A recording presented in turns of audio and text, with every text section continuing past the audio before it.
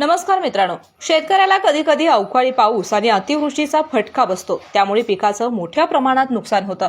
पण अशाही परिस्थितीत शेतकरी सोपा मार्ग शोधण्याचा प्रयत्न करतात। असाच एक जुगाड केलाय भंडारा जिल्ह्यातील एका शेतकऱ्यानं।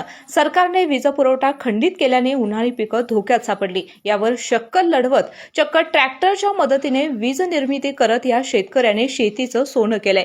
हे आहेत भंडारा जिल्ह्यातील मोहाडी तालुक्यातील मोरगाव येथील प्रयोगशील शेतकरी रवींद्र बुर्डे। सिंचनाकरता वीज उपलब्ध व्हावी यासाठी शेतकरी बुर्डे यांनी एक भन्नाट प्रयोग केला। त्यांच्याकडे असलेल्या ट्रॅक्टरच्या मदतीने त्यांनी जनरेटरवर 3 मोटार पंप सुरू केलेत। आता याच मोटार पंपाने पाण्याचा उपसा करून ते आपल्या शेतीला पाणी देत आहेत। डिझेलचे दर वाढल्याने बुर्डे यांना थोडा आर्थिक फटका सहन करावा लागत असला तरी पीक वाचवण्यासाठी केलेला हा जुगाड नक्कीच कौतुकास्पद असा आहे। मित्रांनो, ही माहिती तुम्हाला कशी वाटली हे कमेंट करून आम्हाला नक्की सांगा आणि अशाच नवनवीन माहितीसाठी आपल्या कृषी संवाद या चॅनेलला सबस्क्राइब करा।